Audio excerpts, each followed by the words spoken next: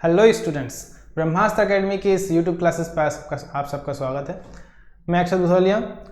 पिछले टॉपिक में हमने डिस्कस किया स्फेरिकल मिरर्स के बारे में, कॉनकेव मिरर के बारे में। स्पेशली हमारा जो पिछला टॉपिक है वो कॉनकेव मिरर के बारे में था, और आज का जो हमारा डिस्कशन है वो होगा कॉन्वेक्स मिरर के बारे में।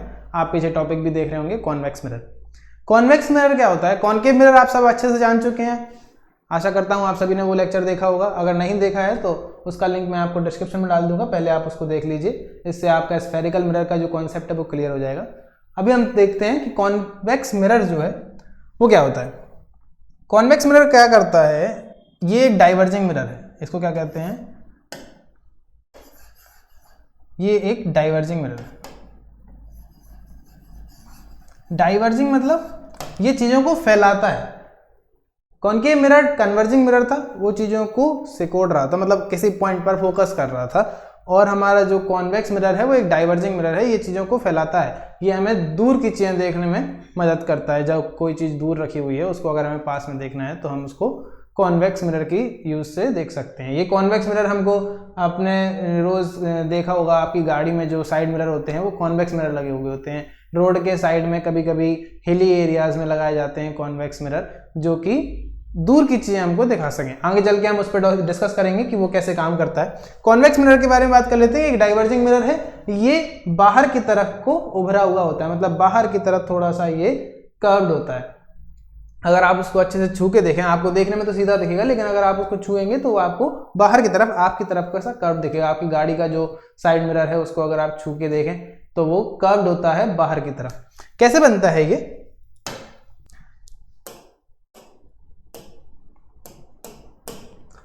स्फेरिकल मिरर है, मान लीजिए एक स्फेयर है। इस स्फेयर को क्या करना है आपको? इस स्फेयर को अंदर की साइड कोटेड कर देना है। मतलब अंदर की साइड आप क्या करेंगे? रफ सरफेस रखेंगे, और बाहर की साइड जो होगा आपका वो होगा स्मूथ सरफेस। ये वाला जो बाहर वाला सरफेस है उस सरफेस को आप स्मूथ कर दीजिए, ठीक है। तो बाहर की तरफ से ये रिफ्लेक्टिंग होगा, बाहर की तरफ से ये शाइनी होगा, बाहर स्मूथ है, और अंदर की तरफ से ये नॉन रिफ्लेक्टिंग होगा, यहाँ पर रफ है। तो इस तरीके के जो मिरर हमें देखने को मिलते हैं उस मिरर को हम कहते हैं डाइवर्जिंग मिरर या फिर कॉन्वेक्स मिरर, ठीक है। इस मिरर को अगर आप इतना पार्ट निकाल लीजिए बाहर, ये वाला पार्ट अगर मैं बाहर ले लूँ तो ये जो मिरर होगा वो होगा हमारा कॉन्वेक्स मिरर, ठीक है। देखिए, मान लीजिए एक कॉन्वेक्स मिरर है, इसमें अंदर की साइड रफ सरफेस है और बाहर की साइड स्मूथ सरफेस है। ये वाला जो सरफेस है बाहर वाला, ये है रिफ्लेक्टिंग सरफेस। रूल्स वही हैं, रूल आपने पिछली वीडियो में पढ़े होंगे। फोकस क्या होता है, सेंटर ऑफ कर्वेचर क्या होता है, रेडियस क्या होती है। यही स्फेयर का, इस स्फेयर का एक सेंटर होगा जिस सेंटर को हम सेंटर ऑफ कर्वेचर मानेंगे, और इसके सरकमफ्रेंस पे एक पॉइंट को कंसीडर कर लेते हैं, ये पोल होगा। और यहाँ से यहाँ तक की जो डिस्टेंस है, पोल से लेके सी तक की डिस्टेंस, पी से सी तक की डिस्टेंस, इसको कहते हैं रेडियस ऑफ कर्वेचर। और इसके जस्ट बीच में एक पॉइंट होता है जिसको हम एफ कहते हैं, फोकस। इतनी चीजें आप सभी को ध्यान होंगी, पिछली वीडियो में हमने इस पर ज्यादा अच्छे से डिस्कस किया है। तो अगर हम इस मिरर को देखें, इस स्फेयर को देखें, ये किसी स्फेयर का एक पार्ट होगा, उस स्फेयर का यहां पर सेंटर होगा, है ना। इसका सेंटर अंदर होगा ना, ये सेंटर अंदर है, तो इस वाले का भी सेंटर अंदर होगा। तो ये सेंटर है, ये पोल है, इन दोनों को हम कनेक्ट कर देते हैं, और यहां पर एक फोकस मिलेगा हमें इन दोनों के बीच में। और ये वाली जो एक्सेस है ये प्रिंसिपल एक्सेस बन जाएगी। ये अगर मैं एक सीधी लाइन खींचूं इस मिरर से पास होते हुए तो ये एक्सेस जो है वो प्रिंसिपल एक्सेस बन जाएगी। प्रिंसिपल एक्सेस पे एक पॉइंट है पी पोल का, एक पॉइंट है एफ फोकस, और एक पॉइंट है सी सेंटर ऑफ कर्वेचर। जो हमने कॉनकेव मिरर देखे थे उन कॉनकेव मिरर्स में ये सारी तीनों चीजें इस साइड थी, क्योंकि वो इस तरफ को घुमा हुआ था, ये इस तरफ को घुमा हुआ है, तो यहाँ पर ये तीनों चीजें अंदर होंगी। आपको याद रखना है कि ये तीनों चीजें स्फेयर के अंदर होती हैं, इनका लेंस से मतलब नहीं है ये, या मिरर से मतलब नहीं है, ये एक उस स्फेयर का पार्ट है। तो ये सेंटर ऑफ कर्वेचर है, ये फोकस है, ये पोल है। अब रूल वही है कि कोई भी लाइट रे अगर पैरेलल आती है तो वो फोकस से निकलेगी, और अगर फोकस से निकलती है तो रिफ्लेक्शन के बाद वो पैरेलल हो जाएगी। दूसरा लॉ क्या था? अगर कोई लाइट रे सेंटर ऑफ कर्वेचर से निकल के रिफ्लेक्ट होती है तो वो अपने पाथ पे फिर से वापस चली जाती है, मतलब सेंटर ऑफ कर्वेचर से आने वाली लाइट सेंटर ऑफ कर्वेचर पे ही वापस चली जाती है। ये दो लॉ थे, इनसे दो रेज पड़े थे, वो ही दो लॉ यहाँ पर लगेंगे, बस उनका थोड़ा सा सिनेरियो चेंज हो जाएगा। हुआ क्या कि इस बार अंदर तो हम ऑब्जेक्ट को रखेंगे नहीं, इधर तो रखेंगे नहीं ऑब्जेक्ट को। पिछले वाले में तो हम सी पे रख रहे थे, एफ पे रख रहे थे, सी के पीछे रख रहे थे ना। अभी हम कहाँ रखेंगे, इधर रखेंगे। क्यों, स्फीयर के अंदर तो रख नहीं सकते। इधर अगर हमने रख दिया किसी ऑब्जेक्ट को, मान लीजिए इधर रखा है, तो इधर से तो रिफ्लेक्ट होने वाला ही नहीं है वो चीज, ठीक है। अगर रिफ्लेक्ट नहीं होगा तो फिर हम मिरर को पढ़ी क्यों रहे हैं। तो देख लीजिए कि अगर हम इसको इधर रखें, इस साइड रख लेते हैं, मान लीजिए इस साइड रखा है कोई ऑब्जेक्ट, यहां कोई ऑब्जेक्ट रखा हुआ है ऐसा, इसमें से एक लाइट रे निकलेगी, दो लाइट रे निकलेंगी।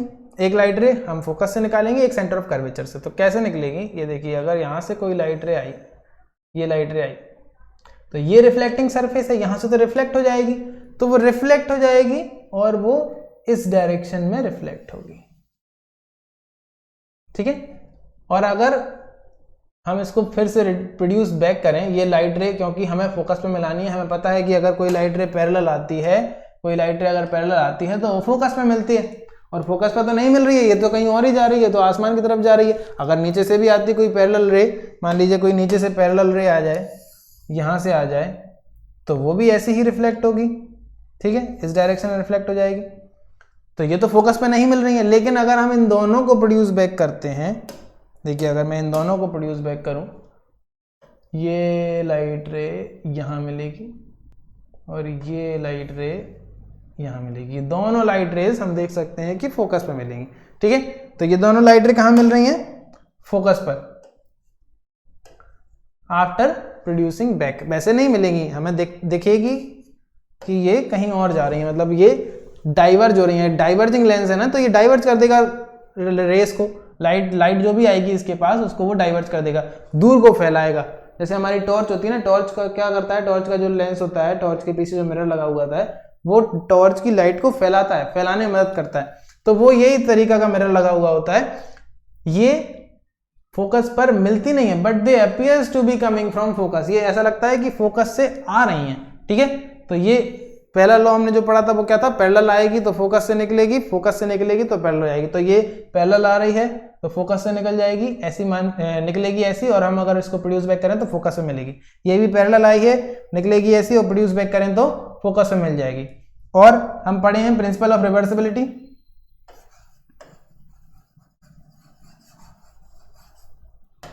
प्रिंसिपल ऑफ रिवर्सिबिलिटी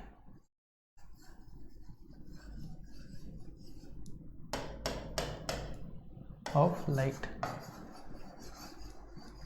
ये जानते हैं आप क्या होता है, principle of reversibility of light पे बात करते हैं। Principle of reversibility of light क्या है, लाइट अपने पाथ को रिवर्स कर सकती है, ठीक है। मतलब कि लाइट के दो, देखिए क्या होता है कि मान लें हमने पढ़े एंगल आई और एंगल आर बराबर होते हैं। ये एक रिफ्लेक्टिंग सरफेस है मान लेते हैं, और एक लाइट रे इंसिडेंस कर गई इस रिफ्लेक्टिंग सरफेस पर, और वो ऐसे एंगल बना के रिफ्लेक्ट हुई। अगर हम इन दोनों के बीच में नॉर्मल बनाए तो वो ये नॉर्मल बन गया, ठीक है। यहां पर हम पढ़े थे कि एंगल आई एंगल आर के बराबर होना चाहिए, मतलब कि जो एंगल आई है वो एंगल आर के बराबर होगा, ठीक है ना। Angle i is equal to angle r, law of reflection है ये, तो एक ही तो लॉ है रिफ्लेक्शन का, दूसरा लॉ तो बकवास है। एंगल आई एंगल आर के बराबर होगा, ये इस डायरेक्शन में आई थी, इस डायरेक्शन में निकल गई। तो अगर हम सिनेरियो चेंज कर दें, अगर हम ये वाली लाइट को इंसिडेंस लाइट बना दें, इंसिडेंस रे बना दें, और इस वाली रे को रिफ्लेक्टिंग रे बना दें, देखिए करना क्या है कि अगर हम एरो की डायरेक्शन चेंज कर दें, यहां से लाइट रे आए इस बार, और यहां रिफ्लेक्ट हो जाएगी वो, ठीक है। तो ये चेंज हो जाएंगे, जो एंगल आर है इस समय पे वो एंगल आई हो जाएगा, और एंगल आई जो है वो एंगल आर हो जाएगा।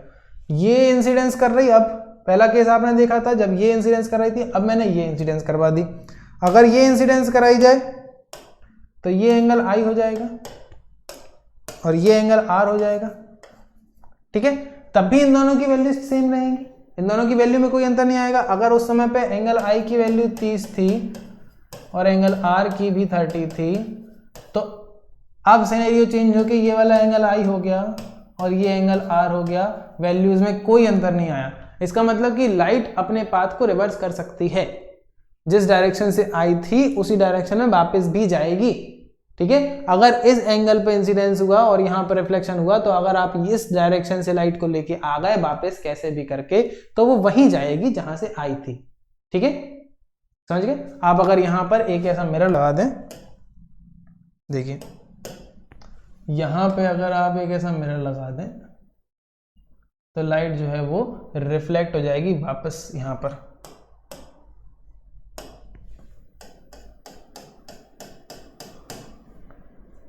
ये आपने मिरर लगा दिया तो लाइट ऐसी आई थी, इस डायरेक्शन में आई थी,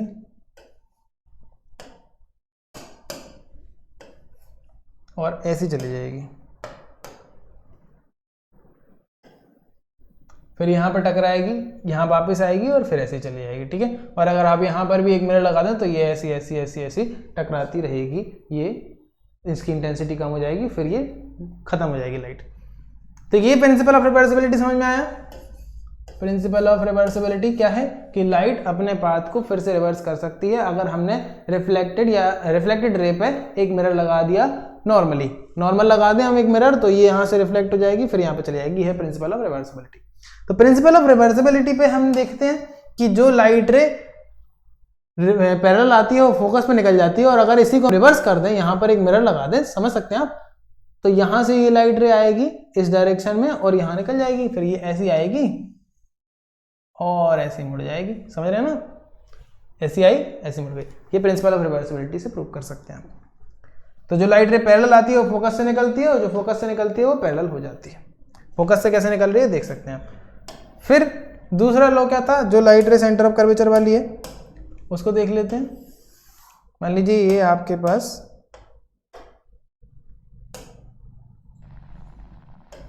एक मिरर है, ये कॉन्वेक्स मिरर है, और यहाँ पर रिफ्लेक्टिंग सरफेस है, ये रफ सरफेस है पीछे साइड। एक प्रिंसिपल एक्सिस है,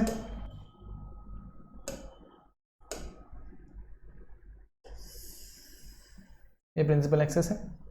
इस प्रिंसिपल एक्सिस पर 3 पॉइंट हैं, वही पुराने प्रिंसिपल, एपोल, फोकस और सेंटर ऑफ कर्वेचर।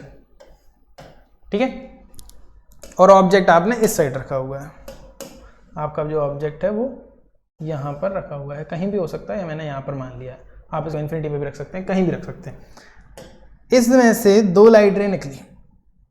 ठीक है, एक लाइट रे, मान लीजिए 2 छोड़िए, अभी अपन सेंटर ऑफ कर्वेचर वाला केस पढ़ रहे हैं, तो एक लाइट रे निकलती है जो कि सेंटर ऑफ कर्वेचर पे जाएगी। ये सेंटर ऑफ कर्वेचर पे गई।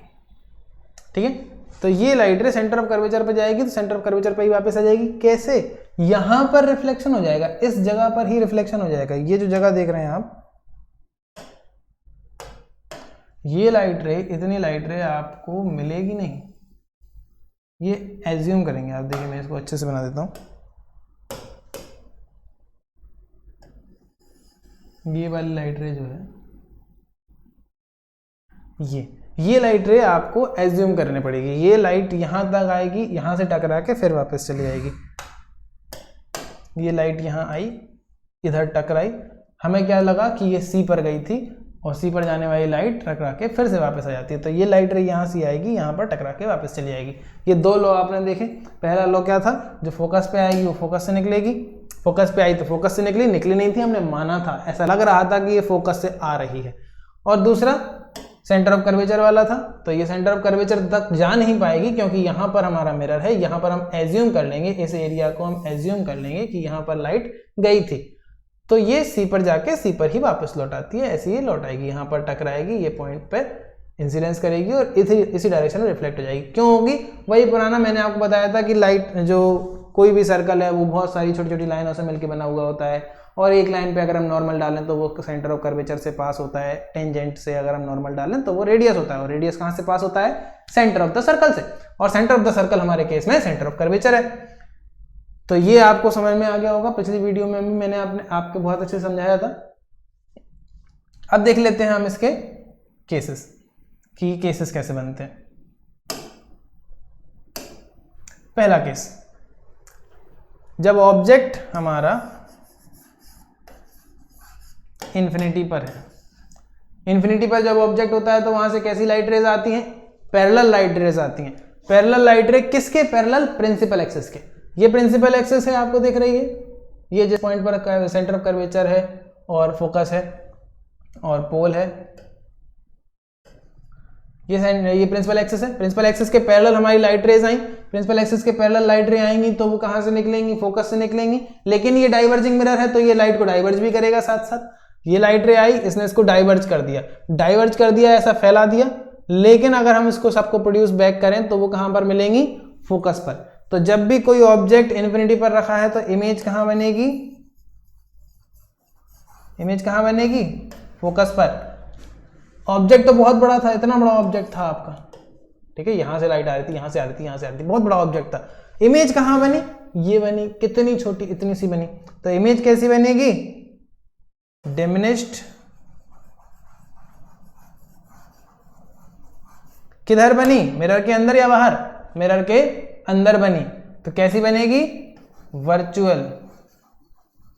मिरर के अंदर वर्चुअल, मिरर के अंदर तो कुछ बन नहीं सकता ना। डिमिनिश्ड बनी, वर्चुअल बनी और इरेक्ट बनेगी। ठीक है, आप चाहें तो इसका स्क्रीनशॉट ले लीजिए।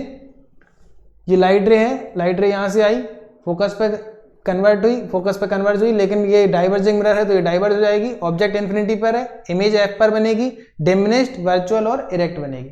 ठीक है, नेक्स्ट केस, इसमें बहुत ही कम केस होते हैं, इसमें सिर्फ 2 केस होते हैं। पिछले वाले कॉनकेव मिरर में हमने देखा था 6 केस, यहां पर सिर्फ 2 केस होते हैं। पहला, या तो इन्फिनिटी पर रख दो, दूसरा प्रिंसिपल एक्सिस पे कहीं भी रखा हो। ठीक है, तो प्रिंसिपल एक्सिस पे आप इस ऑब्जेक्ट को कहीं भी रख दीजिए, क्योंकि इस साइड तो फोकस और पोल होते नहीं है, फोकस नहीं होता है, ना सेंटर ऑफ कर्वेचर होता है। वैसे होता है लेकिन हम उसको पढ़ेंगे नहीं, वैसे उसको 2F और 2F2 ऐसे बोलते हैं, F2 और 2F2। इसको F1 बोलते हैं, इसको 2F1 बोलते हैं। सेंटर ऑफ कर्वेचर को आप 2F भी बोल सकते हो। क्यों बोल सकते हो? क्योंकि F जो होता है, फोकस जो होता है, वो रेडियस ऑफ कर्वेचर का आधा होता है, जस्ट हाफ होता है रेडियस ऑफ कर्वेचर का। तो अगर हमें रेडियस ऑफ कर्वेचर निकालना है, सेंटर से पोल की दूरी कितनी है? रेडियस ऑफ कर्वेचर के बराबर, तो वो क्या हो जाएगा? 2F। 2F जो है वो रेडियस ऑफ कर्वेचर की वैल्यू हो जाएगी और वही C की वैल्यू है। तो C को कभी कभी 2F भी लिखते हैं, किसी किसी किताब में उसको 2F भी लिखा होता, तो आप उससे कंफ्यूज नहीं होना, क्योंकि वही सेंटर ऑफ कर्वेचर है, वही 2F है। तो इस F को F1 और इसको C1 बोलते हैं। तो यहाँ पर भी जो होते हैं, किसी किसी किताब में यहाँ पर लिखे हुए होते हैं F2 और C2, तो उससे भी आप कंफ्यूज मत होना। यहाँ पर भी फोकस सेकंड और सेंटर ऑफ कर्वेचर सेकंड होता है, हमको उसको पढ़ना नहीं। अभी आप ये देखिए कि अगर ऑब्जेक्ट हमारा कहीं भी रखा हो, सिर्फ इन्फिनिटी पर ना हो, मतलब प्रिंसिपल एक्सिस पे कहीं भी हो, तब उसकी इमेज जो है वो पोल और फोकस के बीच में बनेगी। कैसे? हमारी लाइट रे थी, एक लाइट रे ऐसी आई, ये लाइट रे आई मेरी, ये वाली, यहां पर इंसिडेंस करी और ऐसी डाइवर्ज हो गई। ठीक है, आप लोग देख रहे हो, डाइवर्ज होने के बाद ये फैल गई, बाहर को चली गई, लेकिन जब हमने इसको प्रोड्यूस बैक किया तो ये फोकस पर आई। एक और लाइट रे मैंने निकाली, वो ऐसी गई, यहां गई, इस पॉइंट पर टकराई और फिर से वापस चली गई। क्यों वापस चली गई? क्योंकि जब मैंने इसको प्रोड्यूस बैक किया तो ये सेंटर ऑफ कर्वेचर पे मिल रही थी, और मुझे ये पता था कि जो चीज़ें सेंटर ऑफ कर्वेचर पे मिलती हैं वो वैसी की वैसी वापस चली जाती हैं। तो ये ऐसी आई और ऐसी ही चली गई। ये दोनों चीज़ें कहाँ पर मिली? ये दोनों लाइन यहाँ पर मिली, दोनों लाइट रेज यहाँ पर हमें दिखा, ऐसा हमें लगा कि ये यहाँ पर मिल रही हैं। तो जो जो ऑब्जेक्ट यहाँ पर था उसकी इमेज कैसी बनी? यहाँ पर बनी। ये ऑब्जेक्ट था और ये इमेज है। तो जब ऑब्जेक्ट रखा हुआ है प्रिंसिपल एक्सिस पे, तो इमेज कहां बनेगी? बहुत सिंपल सा आंसर है, बिटवीन पोल एंड फोकस। हर केस में आप इसको कहीं भी रख लो, आप इसको यहां रख लो, आप इसको यहां रख लो, आप इसको कहीं भी रख लो, आपके पास पेन कॉपी होगी, आप अपनी कॉपी पर बना के देखिए। अभी ये ऑब्जेक्ट को आप कहीं भी रखेंगे, आपकी जो इमेज है वो पोल और फोकस के बीच में ही आएगी और कहीं नहीं जाएगी। ठीक है, ये बहुत ही सिंपल सा केस होता है कॉन्वेक्स मिरर का, इसमें सिर्फ 2 केसेस बनते हैं। सेकंड केस हम देख रहे हैं, इमेज कहां बनेगी? बिटवीन पोल एंड फोकस पर। कैसी बनेगी? पहली बात तो कहां बनेगी? मिरर के पीछे बनेगी। तो कैसी बनेगी? वर्चुअल। दूसरी बात, इरेक्ट सीधी खड़ी हुई है,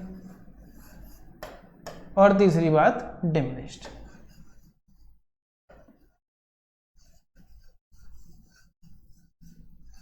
डिमिनिश्ड ये छोटी बनेगी, ठीक है।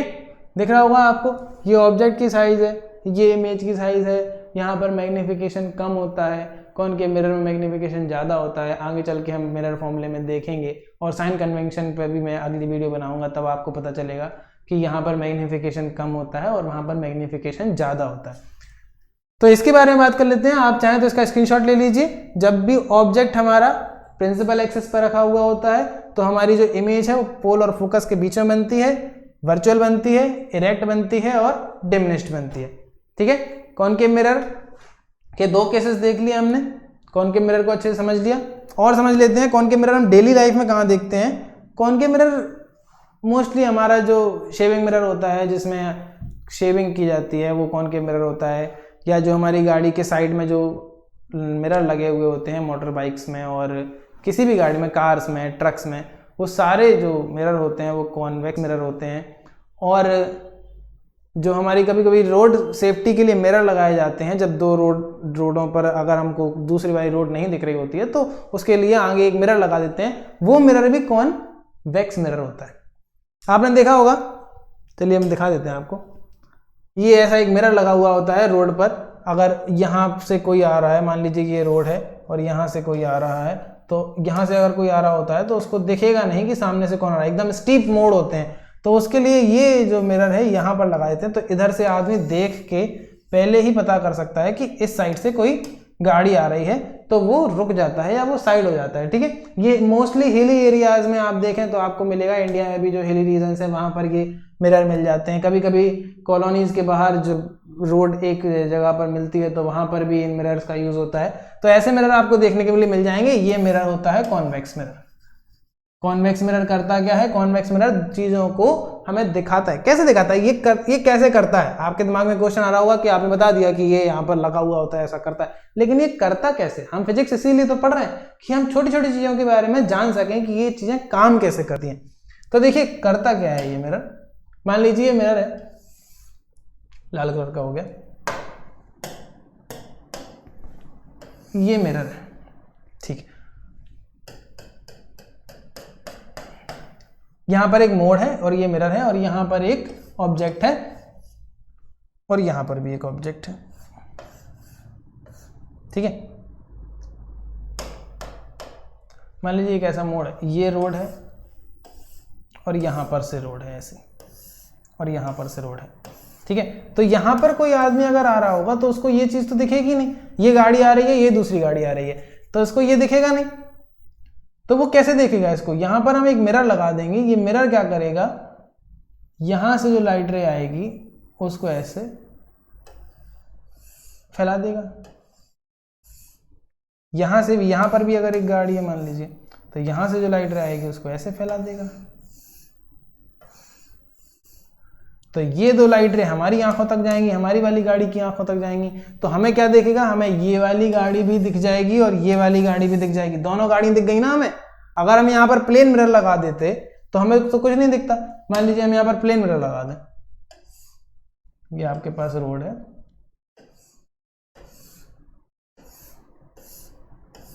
और यहां पर आपने प्लेन मिरर लगा दिया, तो ये गाड़ी है, ये गाड़ी है और एक आपकी गाड़ी है। तो ये गाड़ी से जो रिफ्लेक्शन होगा वो इस गाड़ी तक पहुंच जाएगा, इस गाड़ी से जो रिफ्लेक्शन होगा वो इस गाड़ी तक पहुंच जाएगा, लेकिन आपको तो कुछ भी नहीं दिखेगा बीच में, आपको तो आप ही दिखोगे। तो यहाँ से जो गाड़ी आएगी वो यहाँ पर घल सकती है, टकरा सकती है, यहाँ पर जो गाड़ी आएगी वो यहाँ पर टकरा सकती है। तो इससे एक्सीडेंट हो सकता है। इसीलिए इनने कॉन्वेक्स मिरर का यूज करना ज्यादा ठीक समझा, क्योंकि कॉन्वेक्स मिरर क्या करता है, कॉन्वेक्स मिरर यहाँ से जो लाइट रे आएगी उसको इस डायरेक्शन में ले आएगा। आपने पहला केस पढ़ा था ना कि जो भी लाइट रे, मैंने प्रिंसिपल ऑफ रिवर्सिबिलिटी भी पढ़ाई थी, हमारे केस में लाइट यहाँ से आ रही थी और डाइवर्ज हो जा रही थी। इनके केस में लाइट यहाँ से आएगी और यहाँ को डाइवर्ज हो जाएगी। तो ये जो हमें देखेगा कि कॉन्वेक्स मिरर के लिए की वजह से हमको ये वाली गाड़ी भी दिख जाएगी और ये वाली गाड़ी भी दिख जाएगी। समझ रहे हैं ना? इसीलिए हमें मोड़ पर कॉन्वेक्स मिरर का यूज करना चाहिए। अब कॉन्वेक्स मिरर हमारी गाड़ी के शीशों में भी लगा हुआ होता है, गाड़ी में जो हमारे साइड मिरर्स होते हैं उनमें लगा हुआ होता है, और उसमें एक बात लिखी हुई होती है, object in the mirror are closer than they appear. काफ़ी बार देखा होगा आपने, आपके गाड़ी के साइड मिरर्स में लिखा होता है, सारे ही गाड़ी के मिरर्स में लिखा हुआ होता है object in the mirror are closer than they appear. तो क्या आपको पता है ये क्यों लिखते हैं और ऐसा होता है और ऐसा क्यों होता है? तो इस सब को जानने के लिए हम आगे देखते हैं कैसे होता है।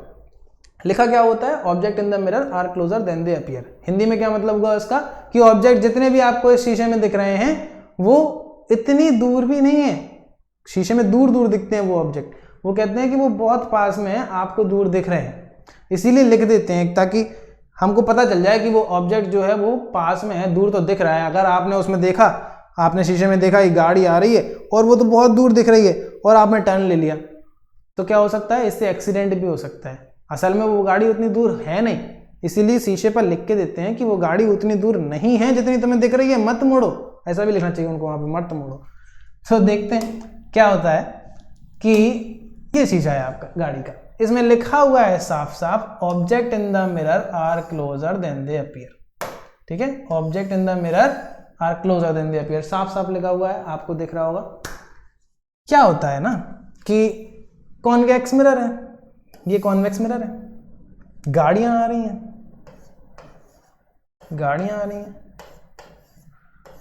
और ये एक वाइड एंगल को कैप्चर करता है, बहुत बड़े एंगल को कैप्चर करता है ये, मतलब कि हमारे आसपास जो रोड है, रोड को तो कैप्चर करता ही है, रोड के वहां पर जो फुटपाथ है या फिर जो पेड़ लगे हुए हैं, कोई भी पहाड़ है, उन सब को कैप्चर करता है, बहुत वाइड एंगल में कैप्चर करता है। तो वाइड एंगल में कैप्चर करने के लिए क्या करेगा, यहाँ से यहाँ से यहाँ से यहाँ से सारी जगहों से चीजों को इकट्ठा करेगा, इकट्ठा करके एक जगह दिखाएगा, और एक जगह जब चीजों को दिखाएगा तो वो चीज छोटी दिखेगी। ठीक है ना, जब किसी एक जगह पर, एक छोटी सी जगह में आपको बहुत सारी चीजें देखना है तो वो चीजें छोटी दिखेंगी, छोटी तो दिखेंगी क्योंकि वो दूर है, मतलब हमें बहुत सारी जगह को एक छोटी सी जगह में दिखाना है तो वो छोटी छोटी चीजें दिखती हैं। ये चीजें हमें बहुत छोटी दिखेंगी, अगर हमें एक ट्रक भी आ रहा होगा तो छोटी दिखेगी, रेलगाड़ी भी आ रही होगी तो वो भी छोटी दिखेगी। तो हमारा जो दिमाग है वो छोटी चीजों को ऐसा सोचता है कि ये बहुत दूर है। कोई भी चीज जब पास होती है तो हमें बड़ी दिखती है और जब वो दूर होती है तो वो छोटी दिखती है। तो ये हमारा दिमाग थोड़ा सा कंफ्यूज हो जाता है कि ये तो चीज छोटी दिख रही है, इसका मतलब कि ये बहुत दूर होगी। असल में ऐसा होता नहीं है, ये सिर्फ हमारा एक दिमाग का कंफ्यूजन है कि वो चीज छोटी दिख रही है तो वो दूर होगी। तो वो चीज छोटी दिखने लगती है शीशे के अंदर, तो वो हमें दिमाग को लगता है कि ये तो बहुत दूर है, अभी हम मुड़ लेते हैं। इसलिए हमें मुड़ना नहीं चाहिए, हमें नहीं तो वो एक्सीडेंट भी हो सकता है। मान लीजिए यहाँ पर आप जा रहे हैं और ये यहाँ पर गाड़ी दिख रही है, शीशे के अंदर वो गाड़ी आपको यहाँ दिखेगी, बहुत दूर दिखेगी। क्यों? क्योंकि वो छोटी दिख रही है, शीशे को छोटी दिखानी थी चीज़। तो आप मुड़ जाते, अगर आप मुड़े तो यहाँ से एक्सीडेंट भी हो सकता है। ऐसा करने से बचें। और आपने ये जाना कि यहाँ पर ये क्यों लिखा हुआ होता है, object in the mirror are closer than they appear. ये लिख के देता है कि जो तुम्हें दिख रहा है वो सच नहीं है, वो बहुत पास में है, दूर तो दिख रहे हैं आपको। ठीक है, तो आज हमने कॉन्वेक्स मिरर के बारे में जाना। कॉन्वेक्स मिरर से जुड़ी हुई कुछ हमारी रोजमर्रा की जो डेली यूज की चीजें होती हैं हमने उनको देखी, जैसे कि हमारे गाड़ी का साइड मिरर ये कैसे काम करता है और इस पर ये क्यों लिखा हुआ होता है कि object in the mirror are closer than they appear. हमने गाड़ी जो हमारे रोड के साइड मिरर्स होते हैं, रोड पे लगे हुए होते हैं, उनके बारे में भी जाना। कॉन्वेक्स मिरर की कुछ केसेस, जो स्पेशल केसेस हैं, उनके बारे में जाना। आगे हम देखेंगे नेक्स्ट वीडियो में कि साइन कन्वेंशन क्या होते हैं और इनका हमें कैसे यूज़ करना है। तब तक के लिए धन्यवाद।